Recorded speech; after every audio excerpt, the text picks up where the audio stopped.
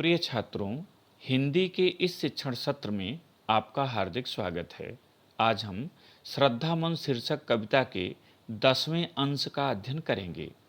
प्रसाद जी का मत है कि जीवन में आनंद प्राप्त करने के लिए मनुष्य को सभी क्षेत्रों में समन्वय स्थापित करना चाहिए, चाहे वह सुख और दुख का समन्वय हो अथवा हृदय और बुद्धि का। बिना समन्वय के, बिना समरसता के जीवन में आनंद की प्राप्ति नहीं हो सकती। उनका यह भी मानना है कि जीवन में सुख की तरह दुख का भी अपना महत्व है। दुख चिरस्थायी नहीं होता, बल्कि क्षणिक होता है। जैसे रात के बाद दिन का आगमन होता है, वैसे ही दुख के बाद सुख का आगमन सुनिश्चित है। अतः दुख अभिशाप नहीं, वरन ईश्वर का रहस्यपूर्ण वरदान है। छंद देखें। दुख की पिछली रजनी बीच विकसता सुख का नवल प्रभात, एक पर्दा यह झीना नील, छिपाए है जिसमें सुख गात, जिसे तुम समझे हो अभिशाप, जगत की ज्वालाओं का मूल, ईश का वह रहस्य वरदान, कभी मत इसको जाओ भूल। संदर्भ प्रस्तुत सुललित, सारगर्भित एवं मार्मिक काव्य पंक्तियाँ हमारी पाठ्यपुस्तक सामान्य हिंदी के श्रद्धा मन शीर्षक कविता से अवतरित हैं। इसके रचयिता प्रसिद्ध छायावादी कवि जयशंकर प्रसाद जी हैं और यह उनके महाकाव्य कामायनी से उद्धृत है। प्रसंग। प्रस्तुत काव्य पंक्तियों में श्रद्धा मन के हताश मन को आशान्वित होकर जीवन जीने की प्रेरणा दे रही है। कठिन शब्दों का अर्थ देख लें।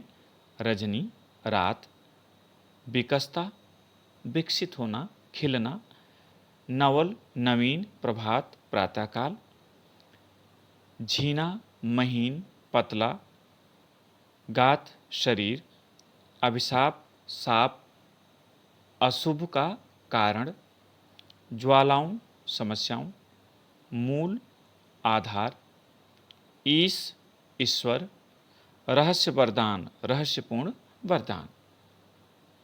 व्याख्या देखें। श्रद्धा मन को संबोधित करते हुए उन्हें कर्तव्य पथ पर आगे बढ़ने के लिए प्रेरित करते हुए कहती है कि दुख की पिछली रजनी बीच विकसता सुख का नवल प्रभाव। वह कहती है कि दुख की पिछली काली रात के बीच से ही सुख का नया प्रातः काल विकसित होता है। अर्थात जैसे रात के बाद दिन का आगमन होता है, उसी प्रकार दुख रूपी रात्रि के व्यतीत होने पर सुख रूपी सुंदर प्रातः काल विकसित होता है। एक पर्दा यह झीना नील छिपाए है जिसमें सुख गात। यह जो नीले रंग का आवरण है, यह अपने भीतर सुखों को छिपाए हुए है। अर्थात जैसे रात का घुप अंधेरा जब दूर होता है तो चारों तरफ उजाला दिखाई देता है, उसी प्रकार जब यह आवरण या जब यह दुख का महीन पर्दा हटेगा तो सुख का सुंदर प्रातःकाल होगा, सुख अपने आप प्रकट होगा। जिसे तुम समझे हो अभिशाप, जगत की ज्वालाओं का मूल। श्रद्धा आगे कहती है कि जिस जल प्रलय को आपने संसार का अभिशाप समझा है, संसार की समस्याओं का कारण समझा है, दुख का कारण समझा है, पीड़ा का कारण समझा है, इसका वह रहस्य बनता, वह तो ईश्वर का एक रहस्यमय वरदान है। कभी मत इसको जाओ भूल, इसे आपको कभी भूलना नहीं चाहिए, क्योंकि यह जो पीड़ा है, यह मनुष्य को सुख प्राप्त करने के लिए प्रेरित करती है, उसे कर्तव्य पथ पर आगे बढ़ने के लिए प्रेरित करती है। यह ईश्वर का एक रहस्यपूर्ण वरदान है, इसे भूलना नहीं चाहिए। अब यहाँ पर आप काव्य सौंदर्य देख लें। प्रस्तुत पंक्तियों में दुख में ही सुख के छिपे होने की बात कही गई है। यहाँ रस शांत रस है, छंद श्रृंगार, यह 16 मात्राओं वाला छंद है। अलंकार उपमा, रूपक, उत्प्रेक्षा। भाषा संस्कृतनिष्ठ खड़ी बोली। शैली प्रबंध शैली। गुण प्रसाद गुण। और शब्द शक्ति यहाँ पर लक्षणा है। पद्यांश पर आधारित प्रश्न देखें।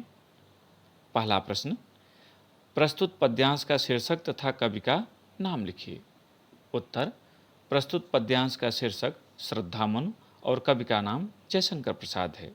दूसरा प्रश्न, रेखांकित अंश की व्याख्या कीजिए। और रेखांकित अंश है, एक पर्दा यह झीना नील छिपाए है जिसमें सुगात।